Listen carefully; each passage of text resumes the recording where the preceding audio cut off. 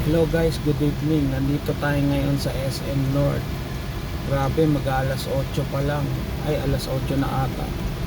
Grabe, haba ng pila ng taxi. Halos wala namang pasahero.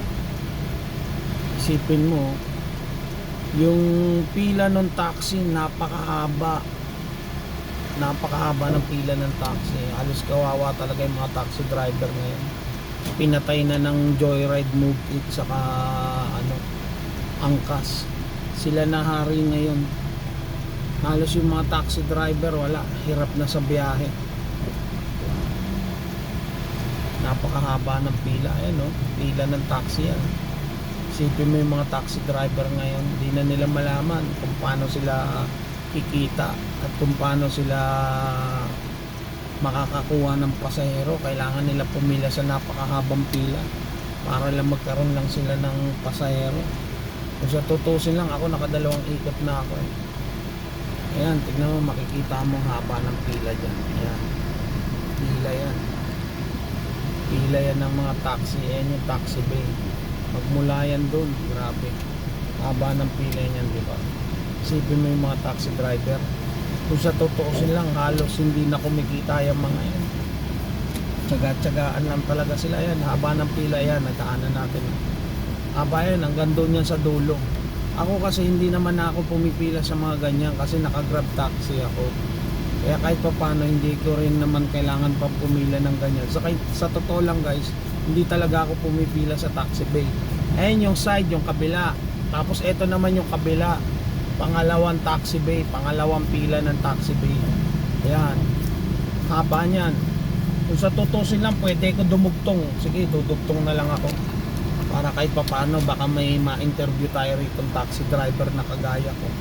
Ayan, sumunod ako sa pila guys. Kasi ganun din eh. Ayan, nandito ako ngayon. Ayan, lalabas ako. Lalabas ako guys. Grabe. Ay. Ayan. Haba ng pila yan, hanggang doon sa dulo. Ayan, ang pila ng taxi. Ayan, di ba? Haba niyan. Haba ng pila niya. Grabe.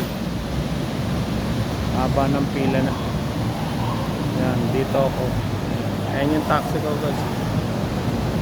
Ayan, taxi ko. Haba ng pila. Makipila lang tayo pero di naman ako pipila. Aalis din ako. Aalis din ako para gusto ko lang ipakita sa mga ibang operator na ganyan kahirap yung biyahe ng taxi ngayon. Haba ng pila niyan. Halos yung ibang driver tinutulak na lang, hindi na binubuksan yung makina. Kasi nga sa gasolina, mahal din ang ng gasolina. Yan. Tingnan mo yan, ang haba yan. Ito yung pangalawang taxi bay.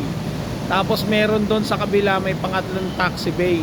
Sa pangatlong taxi bay, ganun din, napakahaba ng pila. Ayan. Kung makikita mo yan, hanggang doon sa dulo yan. Puta ko sa tutuusin lang, halos wala ng pasahero. Alas 8 pa lang, wala ng pasahero. Ayan, yan. Mahirap talaga biyahe. Kaya sa mga masisipag na taxi driver, bilib ako sa inyo. Pagpatuloy nyo lang yan, tsagain nyo lang yan para sa pamilya. Okay guys, putulin ko na tong vlog ko. Dito ako sa pangalawang pila ng taxi bay, SM North. Okay, thank you.